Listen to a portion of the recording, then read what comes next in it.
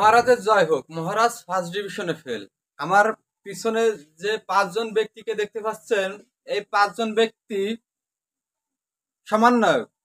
এর ভিতর তিনজন ব্যক্তিত্ব উপদেষ্টা পরিষদে ক্ষমতায় আছে। জুলাই আগস্টের পরে এই উপদেষ্টা তিনজনের দায়িত্ব আর সমন্বয়ক যারা আছে, এদের মূল কাজ, প্রধান কাজ যেটি ছিল, জুলাই আগস্টে যে সকল পরিবারের ছেলেমেয়েরা, ছাত্রছাত্রীরা আহত হয়েছে, নিহত হয়েছে, তাদেরকে সঠিকভাবে চিকিৎসা দেওয়া, 100-তে 100 চিকিৎসা দেওয়া, কিন্তু এর কোনোটাই হয় নাই। এই তিন উপদেষ্টা আর যে সকল সমন্বয়ক আছে, তারা শুধু তাদের স্বার্থ নিয়েই পড়ে আছে। রাষ্ট্র সংস্কার করতে হবে, রাষ্ট্র সংস্কার বিভিন্নভাবে কথাবার্তা উঠছে। রাষ্ট্র সংস্কার কি? রাষ্ট্র সংস্কার করতেছে আমরা জানি, আমরা দেখতে পাচ্ছি বিভিন্ন গণমাধ্যমের মাধ্যমে বাংলাদেশের যে সকল পদ খালি আছে, এর কোনোটাই পূরণ করা হচ্ছে না। বিশেষ বিশেষ কিছু পদে নিয়োগ দিয়ে সেখানে উপদেষ্টা পরিষদ গঠন করা হয়েছে। তাছাড়া অনেক সেক্টরে আছে কোনো অফিসার নাই, উপদেষ্টা নাই, সেখানে খালি পড়ে আছে। যে সকল উপদেষ্টা বর্গ আছে, তারা কি রাষ্ট্র সংস্কার করতেছে? বাংলাদেশে যদি অতি দ্রুত নির্বাচন না দেওয়া হয়, তাহলে বাংলাদেশের অবকাঠামো ধ্বংসের দিকে চলে যাবে। বর্তমান সময়ে সবকিছুর দাম ঊর্ধ্বগতি, কোনো জিনিসের দাম নিম্নগতি না। 1 মিনিট ফোনে কথা বলতে গেলেও 3 টাকা কি 4 টাকা কেটে নিয়ে যায়।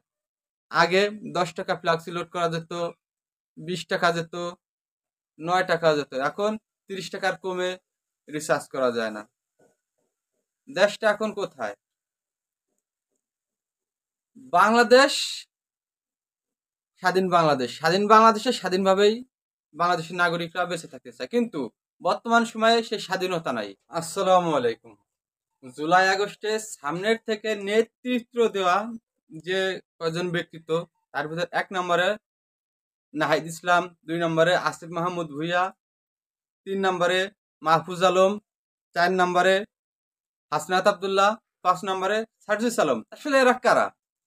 এরা ছাত্রলীগ কর্মী, সাবেক ছাত্রলীগ কর্মী। জুলাই আগস্টে ছাত্রছাত্রীদের ন্যায্য দাবি আদায়ের জন্য এই 5 জনের নেতৃত্বে গোটা বাংলাদেশের ছাত্রছাত্রীরা একযোগে একসাথে আন্দোলন করছিল। কিসের জন্য? ছাত্রছাত্রীদের ন্যায্য দাবি আদায়ের জন্য। জুলাই আগস্ট গেল, শেখ হাসিনার পতনও হলো, নতুন করে সরকার গঠনও হলো।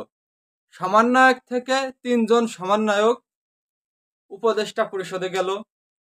আসলে 3 জন উপদেষ্টা পরিষদে যাওয়ার পর যে দাবি নিয়ে শেখ হাসিনার বিরুদ্ধে আন্দোলন করছিল, সেই সকল দাবি কি এই 3 উপদেষ্টা পূরণ করতে পারতেছে নাকি পারতেছে না?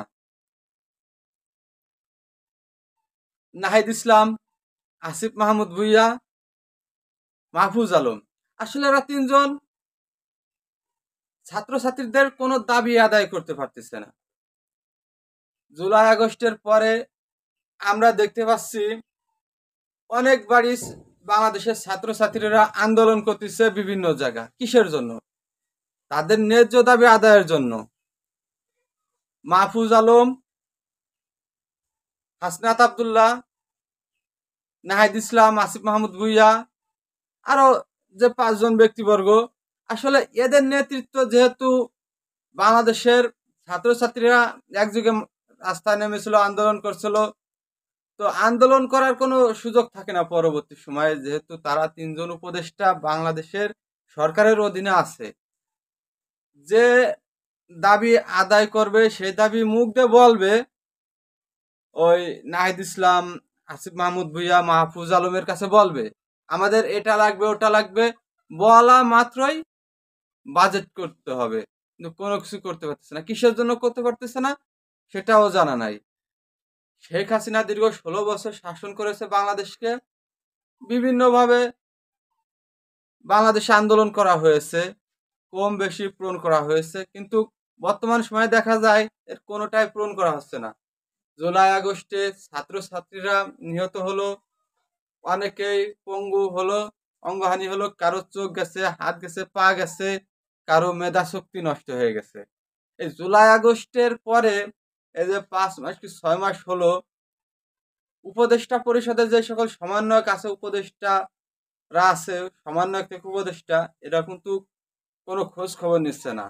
যদি খোঁজ খবর নিত তাহলে প্রতিনিয়ত ঢাকা শহরে বিভিন্ন অলিগলিতে, রাস্তায়, মেন রাস্তা বন্ধ করে আহতরা, নিহতর পরিবার, আরো অন্যান্য যে সকল ছাত্রীরা আছে, তারা আন্দোলন করতো না। তাদের ন্যায্য দাবি আদায়ের জন্য আবারও কিন্তু রাস্তায় নেমেছে।